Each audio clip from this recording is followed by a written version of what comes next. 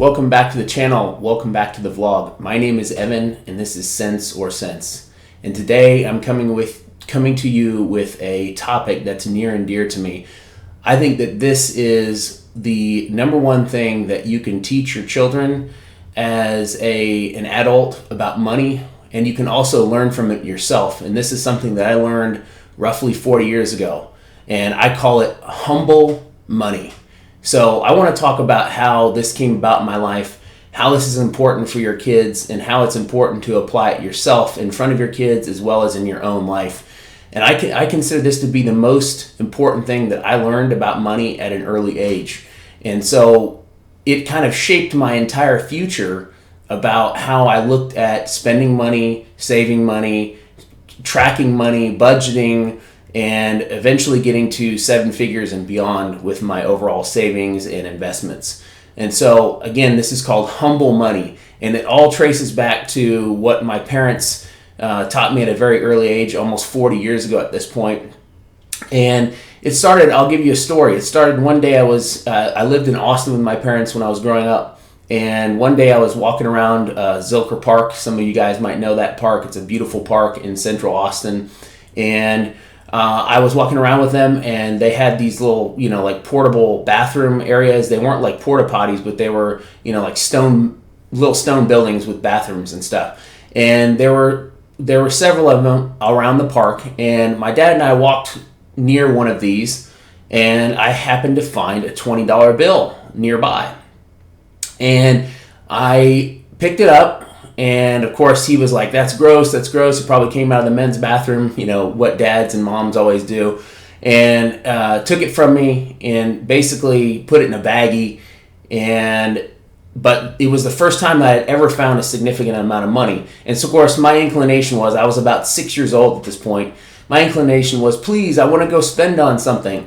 And on the way home, my mom decided to teach me the most important money lesson I think I've ever learned. And I remember this vividly even to this day. I was 6 years old, and she stopped at Toys R Us, and she let me go in with the $20 bill in the baggie, no less, and she let me look around. And of course I came back to her and with several, I think it was like a G.I. Joe figure and a Star Wars figure and something else. And she looked at me straight in the face and she said, now you have the money to buy those. And she, made sure that everything I had was under the $20 that I had received at the park. But she said to me something that was stuck in my mind for the rest of my life. She looked at me and she said very simply, I want you to think about how badly you really need those. And if you really want them, then we can, and you continue to want them, and you think about this for a few days, I will bring you back and we'll buy them. But we're not going to buy anything today. And this is the concept of what I call humble money. And I think that this concept shaped me for the rest of my life.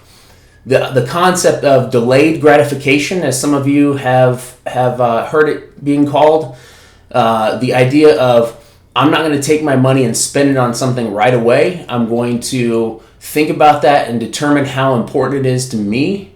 And if it continues to be important and I continue to think about it and I continue to budget for it, if it's a larger ticket item and I still want it after a period of time, you have to define that period of time, then you do purchase that item as long as it makes sense to do so.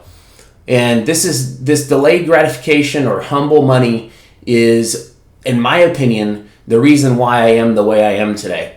One of the other things that my parents taught me that I continue to this day is, they made me create a ledger basically.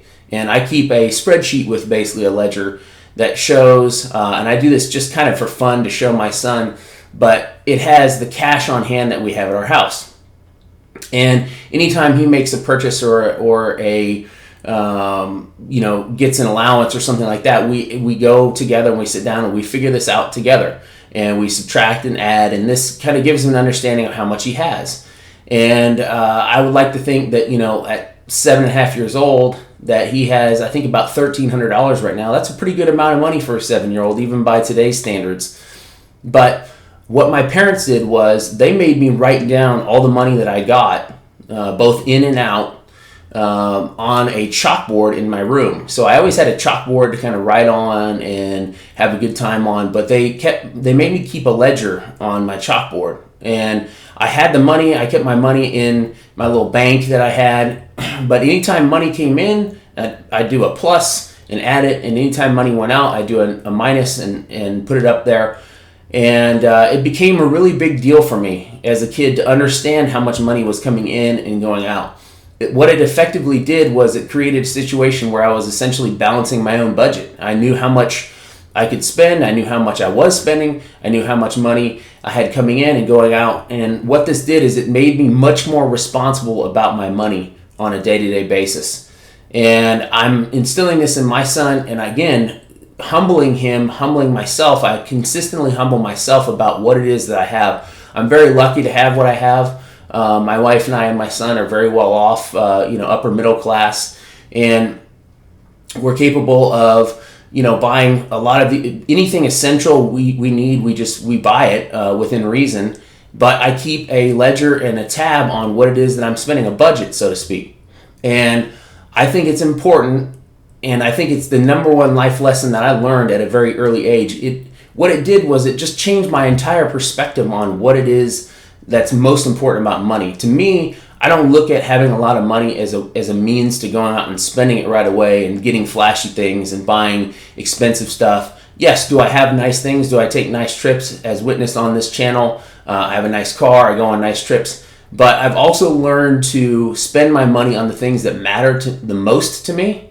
And also, just because I go on a nice trip or buy a nice car or buy a nice handbag for my wife, it doesn't mean that I don't still apply the humble money concept of, hey, let's think about this. Let's figure out, if this makes sense for us to spend this money. Let's figure out how much you really want that. I'll give you another example that happened recently. She wanted to buy a Louis Vuitton bag, and when we went to Paris in January for our 10th anniversary, I had planned on buying her the bag. The bag was about $3,000. It was the largest expenditure I've ever made on a handbag or, an accessory for my wife. And, 10 years ago when we got married, we could have never thought about doing that. And now we're in a different position. And I thought, this is our 10th anniversary. She's been wanting this for quite some time.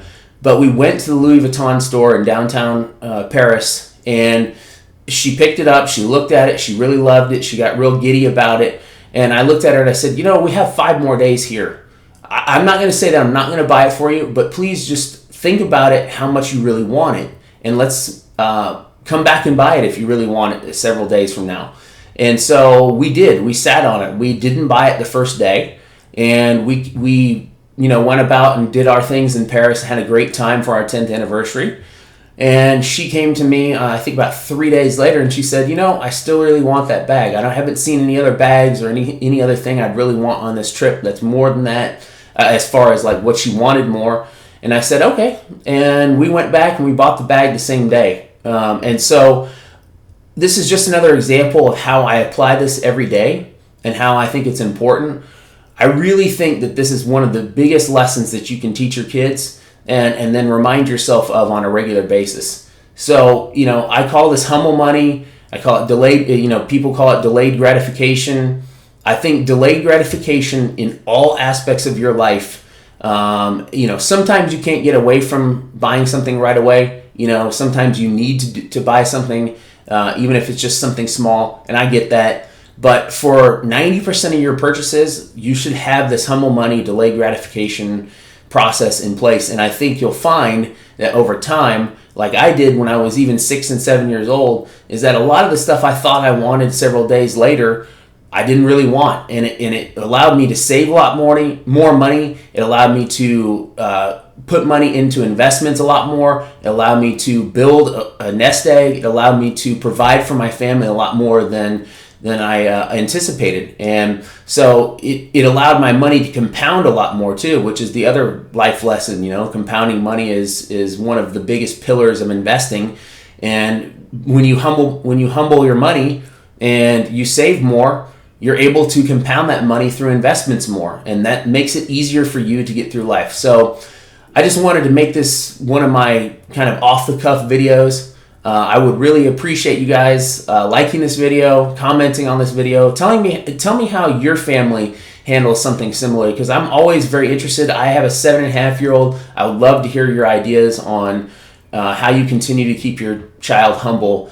And I appreciate you guys all tuning in. Hit the subscribe button and the notification bell for the channel. I appreciate it. Until next time, thanks again.